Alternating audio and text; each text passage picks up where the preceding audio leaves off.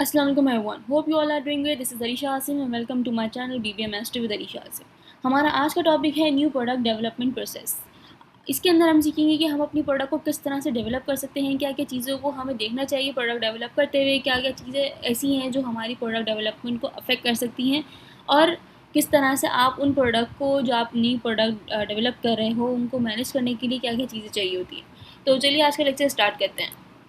ये आपके पास एक बेसिक स्ट्रक्चर दिया हुआ है कि हम इसको पूरा हम जिस तरह से हम पहले भी लेक्चर्स के अंदर करते हुए हैं कि जो हमारी पिक्टोरियल चीज़ होती है हम उसको इन डिटेल इन डेप्थ जाके सीखते हैं कि क्या होता है। ये मेजर स्टेजेस हैं न्यू प्रोडक्ट डेवलपमेंट के, जिसके अंदर सबसे पहले आपके पास आ जाता है आइडिया जनरेशन, फिर आइडिया स्क्रीनिंग आता है, फिर कॉन्सेप्ट डेवलपमेंट एंड टेस्टिंग आ जाता है, फिर मार्केटिंग स्ट्रैटेजी डेवलपमेंट आता है। ऐसा नहीं है कि जब आप कोई प्रोडक्ट डेवलप कर रहे होते हो तो डायरेक्टली आपने प्रोडक्ट का आइडिया आया और आपने फॉरन इंस्टेंटली मार्केट में प्रोडक्ट लॉन्च कर दिया और उसको आपके पास प्रॉफिट आना शुरू हो गया। ऐसा कभी भी नहीं होता। जब भी आप मार्केट में अपनी कोई नई प्रोडक्ट लॉन्च करना चाह रहे होते तो उससे पहले भी 10 स्टेप होते हैं आपको प्रोडक्ट लॉन्च करने के लिए। ठीक है, ऐसा नहीं है कि भाई आपने सोचा कि हाँ मुझे ये प्रोडक्ट लॉन्च करनी चाहिए तो मैं मुंह उठा के अपनी प्रोडक्ट लॉन्च कर दूँ। ऐसा कभी भी नहीं होता। जितने भी बिजनेसमैन हैं, जो भी जिसने भी ऐसा किया है वो बहुत या तो बहुत लकी होगा जिसने बस सोचा और कर दिया और उसको प्रॉफिट मिल रहा है। ऐसे बहुत लकी लोग होते हैं, लेकिन कभी भी बिज़नेस आइडिया इस तरह से स्टार्ट नहीं होता। आपको पहले पूरी मार्केट रिसर्च करनी पड़ती है, लोगों से, आपके जो कस्टमर्स हैं उन सब से आपको रिव्यू लेना पड़ता है, आपको टेस्टिंग करनी पड़ती है, मार्केटिंग एडवर्टाइजमेंट पे आपने खर्च करना होता है, फिर एनालिसिस करना होता है, फिर आपको देखना होता है कि भाई मेरा कंपेटिटर कौन है, वो क्या नई चीज़ें ला रहा है, फिर आपको मार्केट में टेस्ट करवाना होता है। 10,000 चीज़ें होती हैं आपको अपनी प्रोडक्ट डेवलप करने के लिए। ऐसा नहीं होता कभी भी कि आपने एक आइडिया सोचा और आपने अगले ही दिन उस पर काम करना शुरू कर दिया, उससे अगले दिन आपको प्रॉफिट जनरेट होना शुरू हो गया और आप माशाल्लाह से बिल्कुल बिजनेसमैन कहलाने लग गए। इतना आसान नहीं होता। ठीक है, आसान होता भी है, लेकिन उससे पहले जो नहीं कहते हैं कि आप प्रिकॉशंस ले लो, ये आपके लिए ऐसा समझ लो कि प्रिकॉशंस है। जब तक कि आप अपनी बेस स्ट्रॉन्ग नहीं करोगे तो आप आगे नहीं चल सकते। वो बेस कभी ना कभी आके हिल जाएगी। जो बिल्डिंगें गिरती हैं वो क्यों गिरती हैं? क्योंकि उनकी बेस ही स्ट्रॉन्ग नहीं होती। जब ज़लज़ला आता है तो बिल्डिंगें क्यों गिरती हैं? उसकी जो बेसमेंट रखी हुई होती है वो ही इतनी वीक होती है। उसके ऊपर प्रॉपर मीन्स जो उनका स्ट्रक्चर होता है वो बनाते तो हैं, लेकिन उसके अंदर जो प्रॉपर मटेरियल इंग्रेडिएंट डलना चाहिए था वो प्रॉपर नहीं होता। तभी उसकी बुनियाद ही जब वीक होगी तो वो ज़ाहिर है जब ज़लज़ला आएगा, उसके अंदर प्लेटें उसकी आपस में इधर-उधर होती हैं, वेल वो अलग चीज़ है। लेकिन मैं आपको समझाने के लिए बात कर रही हूँ कि ये वैसे ही है। ये आपकी बिज़नेस की, आपकी न्यू प्रोडक्ट की एक बुनियाद है। अगर आप ये नहीं करोगे तो आपकी प्रोडक्ट उतनी स्ट्रॉन्ग नहीं कहलाएगी। आप अगर मार्केट रिसर्च नहीं करोगे तो आपकी इतनी स्ट्रॉन्ग प्रोडक्ट नहीं होगी। तो चलिए एक-एक करके हम ये सारे फैक्टर समझते हैं कि किस तरह से आइडिया जनरेशन होती है, फिर स्क्रीनिंग होती है, फिर कॉन्सेप्ट वगैरह ये सब चीज़ें हम सीखते हैं। सबसे पहले हम आ जाते हैं आइडिया जनरेशन के ऊपर। आइडिया जनरेशन का मतलब है, नाम से ही पता चल रहा है कि आप जो है कोई न्यू प्रोडक्ट या न्यू आइडिया मार्केट में लाना चाह रहे हो। आपने के दिमाग में आ गया कि हाँ भाई ये चीज़ें मैं मतलब लॉन्च कर सकता हूँ इस प्रोडक्ट के बारे में। ठीक है, अभी सिर्फ आइडिया है। ठीक है, फिर उसके बाद आइडिया के अंदर भी दो चीज़ें होती हैं, दो सोर्सेज होती हैं, जो कि है एक इंटरनल जो कंपनी के अंदर से आती है ऑब्वियसली, एक्सटर्नल होती है जो कंपनी के बाहर से आती है। अब कैसे? वो ऐसे, सबसे पहले हम बात कर लेते हैं इंटरनल की। इंटरनल के अंदर क्या होता है कि इंटरनल मीन्स कंपनी के अंदर जो आपकी कंपनी के अंदर एम्प्लॉइज़ होते हैं, आपकी मैनेजमेंट होती है और आपके R&D डिपार्टमेंट होता है, इन सब का इसके अंदर अमल दखल होता है। आप इन्हीं के थ्रू बोलते हो कि भाई जैसे R&D वाले हैं, ये मोस्ट इंपॉर्टेंट डिपार्टमेंट होता है हर कंपनी के अंदर, क्योंकि इन्हीं के थ्रू ही आप सोच रहे होते हो कि भाई मुझे ये चीज़ करनी है, ये इस पर रिसर्च करते हैं और फिर आपको बताते हैं कि ये इतना सक्सेसफुल होगा, इसके इतना % रेट है सक्सेसफुल होने के या ना सक्सेसफुल होने के, ये सब चीज़ें आपको बता रहे होते हैं। ठीक है, इनके थ्रू आपको पता चलता है कि मार्केट में क्या चल रहा है, क्या नहीं चल रहा, कौन से ट्रेंड चल रहे हैं, कौन से नहीं चल रहे हैं, ये सब आपको इन्फॉर्म करते हैं। ठीक है जी। उसके बाद कभी ऐसा होता है कि भाई आपके एम्प्लॉई ने कोई ऐसा आइडिया सजेस्ट कर दिया है कि आपको बिल्कुल बिज़नेस आपका ग्रोथ पे चला जाएगा। ठीक है, कभी आपके मैनेजर ने कोई ऐसा आइडिया प्रपोज़ कर दिया कि वो आपके बिज़नेस के लिए बहुत बेनिफिशियल है। तो इस तरह से आपकी कंपनी के अंदर से भी कभी-कभी प्रोडक्ट के आइडियाज़ आ रहे होते हैं कि हम इसके अंदर ये इन्हांस कर देते हैं। सुनते हैं ना कि भाई मीटिंग हो रही है, क्या मीटिंग हो रही है? वो इसी बारे में, प्रोडक्ट के बारे में मीटिंग हो रही होती है या कंपनी के बारे में मीटिंग हो रही होती है कि क्या इम्प्रूवमेंट हम करें। सब अपना इनपुट दें। ठीक है, तो यही इनपुट आता है जो इंटरनल सोर्स होती हैं आपकी। इन्हीं के थ्रू आप अपनी जो भी प्रोडक्ट है उसको डेवलप कर सकते हो। उसके बाद आपके पास आता है एक्सटर्नल सोर्स। एक्सटर्नल सोर्स के अंदर आपके पास होती हैं आपके कस्टमर, कंपेटिटर, डिस्ट्रीब्यूटर, सप्लायर और अदर डिज़ाइनिंग फर्म्स जो आपसे कॉन्टैक्ट में हैं। ठीक है, अब ये किस तरह से, अब जैसे कि आपका कस्टमर है वो बोल रहा है भाई मुझे कोई, आप लोगों का वैसे तो मुझे ब्रांड पसंद है ओवरऑल, लेकिन अगर मैं बात करूँ मुझे कोई एक नया कोई फ्रूट फ्लेवर चाहिए। आप लोग जो है वो 4 मेनली पे बात करो, एग्जाम्पल के थ्रू बात कर रही हूँ, ठीक है। कोई 4 आपने जूसेस ले लिया, आप उन्हीं पे ही चला रहे हो, लेकिन अब आपके कस्टमर आके आपको रिव्यूज़ दे रहे हैं कि भाई आप कोई और क्यों नहीं फ्रूट्स फ्लेवर ऐड करते, ठीक है। तो आपको क्या हो गया, आपको पता चल गया कि हाँ मेरी जो कंपेटिटर मीन्स जो मेरा कस्टमर है उसको क्या चाहिए, कोई नया फ्रूट फ्लेवर चाहिए, ठीक है। तो आप क्या करोगे, अब आप उसको इंटरनल वाले बंदे को दोगे कि भाई जो R&D वाला आपका बंदा है, आप उस पर रिसर्च करोगे कि हाँ हम इसको कर सकते हैं नहीं कर सकते हैं, क्या प्रोज है क्या कॉन्स हैं, ठीक है। ये सब चीज़ें आप सीखोगे। कंपेटिटर ने कोई प्रोडक्ट लॉन्च कर दी, अब आपको होगा कि यार ये प्रोडक्ट तो अच्छी है, हम भी इसका कोई ऑल्टरनेटिव ला सकते हैं, तो आप इंस्टेंटली आप उसके ऊपर काम करना स्टार्ट कर दोगे, ठीक है। डिस्ट्रीब्यूटर आपको बताएगा कि भाई मार्केट में डिमांड इस चीज़ की चल रही है और आप जो है वो यहाँ पे मार्केट गैप है, तो आप इस चीज़ को कर लो, ठीक है। तो इस तरह से आपको एक्सटर्नली भी पता चल रहा होता है कि आपको क्या चीज़ करनी चाहिए। आइडिया आपको एक्सटर्नल इंटरनल दोनों सोर्सेज से मिल सकते हैं, ठीक है। फिर उसके बाद आपके पास एक कॉन्सेप्ट आता है क्राउड सोर्सिंग। क्राउड सोर्सिंग का मतलब होता है कि आप पब्लिक से आइडिया लो, ठीक है। आपने कोई एक आपका कंपनी का पेज बना हुआ था, आपने इंस्टाग्राम पे अपना पोल शेयर कर दिया कि भाई अब आप मुझे बताइए कि हमें नेक्स्ट फ्लेवर कौन सा लाना चाहिए, ठीक है। आपने कोई 3 या 2 फ्लेवर्स दिए हुए थे, उनमें से जिसका भी सबसे ज़्यादा रेशो आएगा आप उसको लॉन्च कर दोगे। अगर आप वही लॉन्च करने वाले हो तो आप वही लॉन्च कर दोगे, लेकिन अगर नहीं तो आप उसको लॉन्च करने की प्रिपरेशन स्टार्ट कर दोगे, ठीक है। फिर उसके बाद आपके पास आता है आइडिया स्क्रीनिंग। अच्छा, क्राउड सोर्सिंग की स्लाइड ये है, आप उसको पढ़ सकते हैं, ठीक है जी। उसके बाद आपके पास आता है आइडिया स्क्रीनिंग। अब आइडिया तो आपको पता चल गया कि भाई मेरा जो है वो इंटरनल या एक्सटर्नल, लेट सपोज समझ लेते हैं कि भाई हमें इंटरनल से मिला आइडिया सोर्स, ठीक है। अब उस आइडिया की स्क्रीनिंग हो रही है, ठीक है, कि आप चेक कर रहे हो कि कौन सा आइडिया आपको सिलेक्ट करना है। अब ऐसा नहीं है कि आपने एक आइडिया चूज़ किया, आइडिया स्क्रीनिंग का मतलब है आपको मल्टीपल आइडियाज़ मिल चुके हैं, अब आप उसको स्क्रीनिंग कर रहे हो कि भाई कौन सा सही है कौन सा गलत है, मीन्स जो चल सकता है कौन सा नहीं चल सकता, ये आप देखोगे। इसके अंदर ये आपको एक दिख रहा होगा कि RWW स्क्रीनिंग फ्रेमवर्क है, ये मोस्ट इंपॉर्टेंट है, ये टीचर्स बहुत ज़्यादा पूछते हैं पेपर्स के अंदर, ठीक है। अगर आपको केस स्टडी दी हुई है तो उसके अंदर ही पूछा जाएगा, अगर आप नॉर्मल टीचर पूछना चाह रहे हैं तो वो नॉर्मल आपको RWW स्क्रीनिंग फ्रेमवर्क के बारे में पूछ देगा, तो आपको सिंपली उसका जवाब देना होगा, ठीक है जी। उसके बाद अब इसके अंदर होता क्या है भाई, अब जो R है, R का मतलब होता है इज़ इट रियल, ठीक है, R से रियल बता रहे हैं वो। तो अब आप देखोगे भाई मेरी प्रोडक्ट, मेरा जो आइडिया है वो रियल है, कस्टमर क्या वाकई में उसको ज़रूरत है कस्टमर को, ठीक है।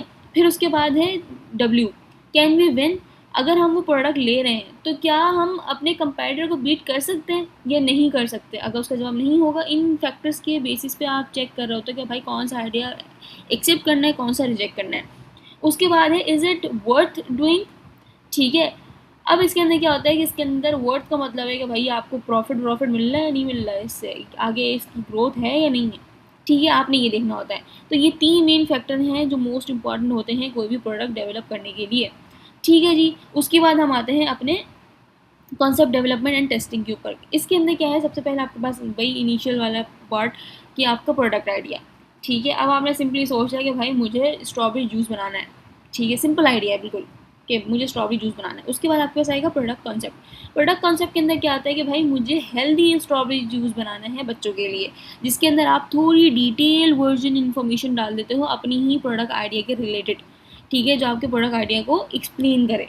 फिर उसके बाद आपके साथ आता है प्रोडक्ट इमेज। प्रोडक्ट इमेज के अंदर क्या है कि भाई आपने अपना किस तरह से मतलब इमेज बनाई हुई है, किस तरह से कि भाई जो आपका स्ट्रॉबेरी जूस है वो बहुत ज़्यादा टेस्टी और हेल्दी है, ठीक है। बच्चों को यही चीज़ें चाहिए होती हैं, यही चीज़ अच्छी लग रही होती है, तो आपने उस पर क्या किया, ब्रांड इमेज, टेस्ट और हेल्थ पे खेला आपने, ठीक है। उसी के ऊपर आपने अपना ब्रांड इमेज बनाया है, प्रोडक्ट इमेज बनाया, सॉरी, ठीक है। मतलब कस्टमर के माइंड में आएगा कि भाई अगर जूस चाहिए तो कौन सा चाहिए, सिंपल आप बोलोगे। अभी तो फिलहाल अगर कोई बीमार हो तो घर में तो सिंपल क्या बोलते हैं भाई, स्लाइस जूस ला दो या फ्रेश जूस ला दो, या वो फ्रूट ऑफ आइटम्स के जो नहीं होते फ्लेवर्स वो आप ला दो। जो भी बीमार होता है आप अक्सर अपनी फैमिलीज़ को भी देख लें वही लेके जाते हैं वो लोग, ठीक है। तो क्या है, उन लोगों ने टेस्ट का इंडिकेशन है, उन्होंने टेस्ट को अपना बनाया है और क्या है एक सिंबल बन चुका है भाई, अगर कोई बीमार है ना, या तो आप फ्रूट्स लेके जाओ या आप जूस लेके चले जाओ। कुछ लोग होते हैं वो फ्रेश जूस लेके चले जाते हैं किसी भी फ्रूट्स का, ठीक है, या अगर कुछ लोग होते हैं वो इस तरह के जो पैक आइटम होते हैं वो लेके चले जाते हैं, ठीक है जी। उसके बाद आपके पास आता है कॉन्सेप्ट टेस्टिंग। कॉन्सेप्ट टेस्टिंग के अंदर क्या होता है कि आइडिया कस्टमर को दिखा के फीडबैक लिया जाता है कि भाई अगर कस्टमर स्टूडेंट से पूछा जा रहा है, आपकी यूनिवर्सिटी में कोई कैफेटेरिया, अब स्टूडेंट से सर्वे किया जा रहा है कि भाई अगर हम स्ट्रॉबेरी जूस लॉन्च करें या कोई ऑरेंज फ्लेवर लॉन्च करें तो आप उसको ट्राई करोगे या नहीं करोगे, ठीक है। तो ये क्या है, ये आप अपने कस्टमर से ही पूछ रहे हो कि भाई चलेगा नहीं चलेगा, आप लोगे या परचेज करोगे नहीं करोगे। ठीक है, अपने ही टारगेट कस्टमर से ही पूछना, वही आपको बताएंगे। कहीं ऐसा ना हो कि आपने कोई नई चीज़ लॉन्च कर दी, अब जो आपके पास बची कुछ जो आपकी टारगेट ऑडियंस थी या कस्टमर थे वही आपके पास से चले गए। ठीक है। उसके बाद है market development strategy. Market development strategy के अंदर आपके पास क्या चाहिए, फोर्थ स्टेप है बाय द वे। ठीक है, जो मैंने ऊपर डायग्राम दिखाई थी ना उसी के अकॉर्डिंग हम चल रहे हैं। उसके बाद आपके साथ है मार्केटिंग स्ट्रैटेजी डेवलपमेंट। इसके अंदर क्या है कि न्यू प्रोडक्ट को सेल करने का प्लान बनाना। ठीक है, आपकी कोई मार्केटिंग स्ट्रैटेजी है, मार्केटिंग स्ट्रैटेजी प्लान के बगैर तो बन ही नहीं सकती। ठीक है, आपने पूरा प्लान बनाना होता है कि किस तरह से अपनी प्रोडक्ट को सेल करना है। अब इसके अंदर आपके पास कुछ मेन चीज़ें आ जाती हैं जिसके ऊपर आपकी मार्केटिंग कंसिस्ट कर रही होती है, मार्केटिंग स्ट्रैटेजी। ठीक है, कौन कौन सी है, टारगेट मार्केट, किसको सेल करना है आपने। ठीक है, किड्स होगा, टीनेजर्स होगा, जूस की बात कर रही हूँ। ठीक है, फिर उसके बाद वैल्यू प्रपोजिशन। वैल्यू प्रपोजिशन के अंदर क्या है कि आप क्या स्पेशल बेनिफिट दे रहे हो उन लोगों को, अपने कस्टमर्स को। ठीक है, तो क्या दे रहे हो आप, भाई टेस्ट दे रहे हो, हेल्थ दे रहे हो, फ्रेशनेस दे रहे हो। ठीक है, आप बिल्कुल फ्रेश जूस दे रहे हो। फिर उसके बाद आपके पास आएगा sales and marketing mix. Sales और मार्केटिंग, जहाँ मार्केटिंग मिक्स का नाम आ जाए, मैंने आप इसके ऊपर एक सेपरेट वीडियो बनाई हुई है। मार्केटिंग मिक्स कौन कौन से होते हैं, means 4 Ps, price, promotion, place. ठीक है, ये सब चीज़ें होती हैं। उसके बाद आपके पास आता है कि भाई आपका बिजनेस एनालिसिस। बिजनेस एनालिसिस के अंदर क्या होता है कि आपने चेक करना होता है कि आपकी एक्सपेक्टेड सेल क्या है, कॉस्ट क्या है, आपका प्रॉफिट क्या है। ठीक है, ये आपने चेक करना होता है कि अगर भाई कंपनी सोच रही है कि भाई अगर मैं इस प्रोडक्ट के अंदर इन्वेस्ट करता हूँ, ठीक है, कॉस्ट ज़्यादा और प्रॉफिट कम आ रहा होगा, तो मीन्स मैं क्या करूँगा, फिर आइडिया रिजेक्ट कर दूंगा, मैं आइडिया पे नहीं काम करूँगा। जाहिर है अपने आप को नुकसान में डाल के कौन काम करता है।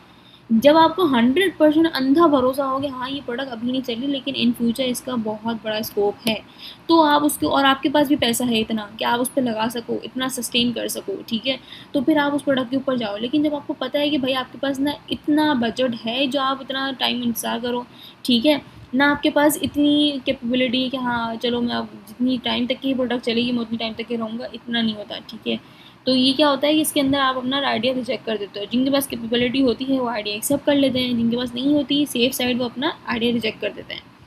उसके बाद आपके पास आता है प्रोडक्ट डेवलपमेंट स्टेजेस। फाइनली वो प्रोसेस आ गया जिसके बारे में हम पढ़ रहे थे। अब प्रोडक्ट डेवलपमेंट स्टेज के अंदर क्या होता है कि आइडिया को रियल प्रोडक्ट में कन्वर्ट करना। अब ऊपर जो आपने चीज़ें सोची हुई थी अभी तक की, जो प्रोडक्ट थी वो आपकी फिजिकली नहीं आई थी। अब आपने क्या किया, आपने अपने आइडिया को रियल प्रोडक्ट में कन्वर्ट कर दिया। जो आप सोच रहे थे क्या क्या इंग्रेडिएंट डालने हैं, क्या क्या बनना है, किस तरह से बनेगा, क्या क्या चीज़ें उसके अंदर इंक्लूड होंगी, वो सब चीज़ें करके आपने अपनी एक फिजिकल प्रोडक्ट बना दी है। ठीक है, और उसको मार्केट में लॉन्च कर दिया है। फिर उसके बाद आपके पास आता है टेस्ट मार्केटिंग। टेस्ट मार्केटिंग के अंदर क्या होता है कि भाई आप उसके अंदर बता रहे होते हैं कि प्रोडक्ट को स्मॉल मार्केट में टेस्ट करना।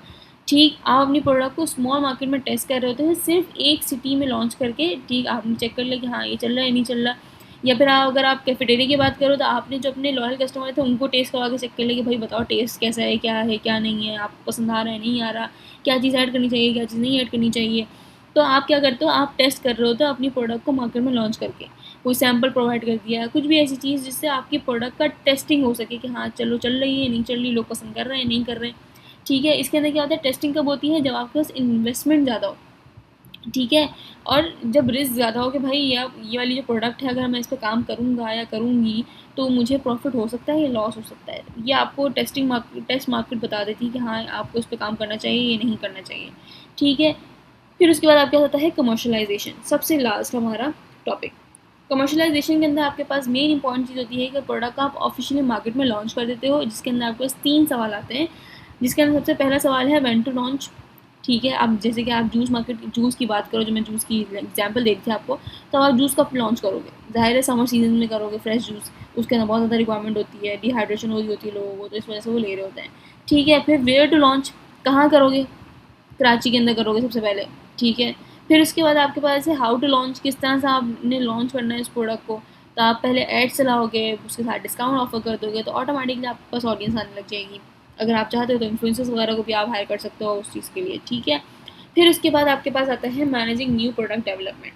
मैंने किस तरह से होती है आपकी ये सक्सेसफुल प्रोडक्ट होनी चाहिए आपकी, सबसे पहली बात। ठीक है, अब उसके अंदर आपके पास 3 चीज़ आ जाती है, कस्टमर सेंटर्ड, टीम बेस्ड और सिस्टमैटिक। कस्टमर सेंटर्ड के अंदर क्या होता है कि कस्टमर की प्रॉब्लम सॉल्व करते होते हो आप इसके अंदर। ठीक है, जैसे कि अगर कोई बोल रहा है कि मुझे लो शुगर जूस चाहिए, ठीक है, तो आप वो प्रोवाइड करोगे, तो मीन्स आप कस्टमर को जो चाहिए वो आप उसको प्रोवाइड करो, सिंपल इज़ दैट। ठीक है, उसके बाद आपके पास इसके अंदर आपके कस्टमर की सेटिस्फेक्शन मोस्ट इंपॉर्टेंट होती है। आपका जो कस्टमर चाह रहा है भाई आप बोलो हाँ आप ठीक हो, हम जो है आपको जो भी आप मांग रहे हो हम आपको देंगे, ठीक है। फिर उसके बाद आता है टीम बेस। टीम बेस के अंदर क्या होता है कि डिफरेंट डिपार्टमेंट मिलकर काम कर रहे होते हैं उस पर्टिकुलर प्रोडक्ट के ऊपर, जिसके अंदर वही मैंने बात की थी कि R&D, मार्केटिंग, फाइनेंस वगैरह ये सब चीज़ें आपस में मिल के एक प्रोडक्ट पे काम करते हैं। फिर आता है सिस्टमैटिक प्रोडक्ट। सिस्टमैटिक प्रोडक्ट के अंदर क्या होता है कि भाई आप एक प्रॉपर प्रोसेस होता है उसको फॉलो कर रहे होते हो, आपकी किस तरह से प्रोडक्ट बनेगी, क्या होना चाहिए, क्या इंग्रेडिएंट है, क्या इनोवेशन है, क्या क्रिएटिविटी उसके अंदर यूज़ करें, क्या पैकेजिंग है, क्या क्या जो भी इनोवेशन है सब कुछ उसके अंदर आप जो पूरा प्रोसेस होगा उसको आप फॉलो करोगे, ठीक है। उसके बाद है आपके पास इनोवेटिव मैनेजमेंट। इनोवेटिव मैनेजमेंट में क्या होता है, कंपनी में क्रिएटिव कल्चर बनाना, ठीक है। जो बंदा, जो एम्प्लॉय अगर आपको कोई सॉल्यूशन प्रोवाइड कर रहा है तो पहले आप उसके सॉल्यूशन को सुनो, समझो। और ऐसा नहीं है कि आप कंपनी के अंदर मना ही कर दो कि भाई कोई अपनी आइडियाज़ नहीं शेयर करेगा। क्यों नहीं शेयर करेगा? आपको किसी एम्प्लॉयज़ के थ्रू भी आपको अपना कंपनी का आइडिया मिल सकता है, ठीक है। कभी आप अपने जिस तरह से मोस्टली बॉयज़ को ये ज़्यादा अच्छे से आइडिया होगा, चाहे कि ढाबे पे बैठ के जब बॉयज़ बैठे हुए होते हैं, ठीक है, तो क्या डिसाइड कर रहे होते हैं भाई, बैठे बैठे उनका बिजनेस बन भी जाता है, बिजनेस फ्लॉप भी हो जाता है, ठीक है। क्यों? क्योंकि एक बंदा बिजनेस आइडिया सोचता है, वो दूसरा बोलता है हाँ हाँ भाई सही सोच रहा है, सही सोच रहा है, ठीक है। तीसरा क्या बोलता है, भाई ये मसले हैं, वो डिसएडवांटेज वाला बंदा होता है, ठीक है। वो सब कुछ आपको डिसएडवांटेज बताता है, आपको समझ आती है कि हाँ यार मसले तो हैं। फिर आप क्या करते हो, बैक ऑफ कर लेते हो। फिर आप क्या करते हो, फिर दूसरा आइडिया मतलब प्रपोज करते हो उनको, फिर दूसरा बोलते हैं हाँ हाँ भाई सही बोल रहे, सही बोल रहे, करते हैं काम, करते हैं काम। तीसरा वाला बंदा बोलता है नहीं भाई ये मसले, ये ऐसा ऐसा मार्केट चल रही है, ऐसा इकोनॉमी चल रही है, डूब जाएंगे पैसे, ये हो जाएगा, वो हो जाएगा। तो फिर क्या होता है, एक तो डिमोटिवेशन होती है, दूसरा आपको समझ आ जाता है कि हाँ यार डिसएडवांटेज तो है, ठीक है। तो हमारा आज का लेक्चर होता है यहीं पे एंड। उम्मीद करती हूँ कि आपको सारी चीज़ समझ आ गई होंगी। अगर नहीं आई हो तो आप कमेंट कर सकते हैं, मैं उस पर दोबारा कोशिश करूँगी कि एक सेपरेट वीडियो बना के आप लोगों के लिए डाल दूँ, ठीक है। और बाकी जितने भी मार्केटिंग से रिलेटेड मेरे टॉपिक्स हैं वो सब इंशाल्लाह मेरे पेज पर आते रहेंगे with the passage of time, ठीक है जी। तो अपना ख्याल रखें, थैंक यू।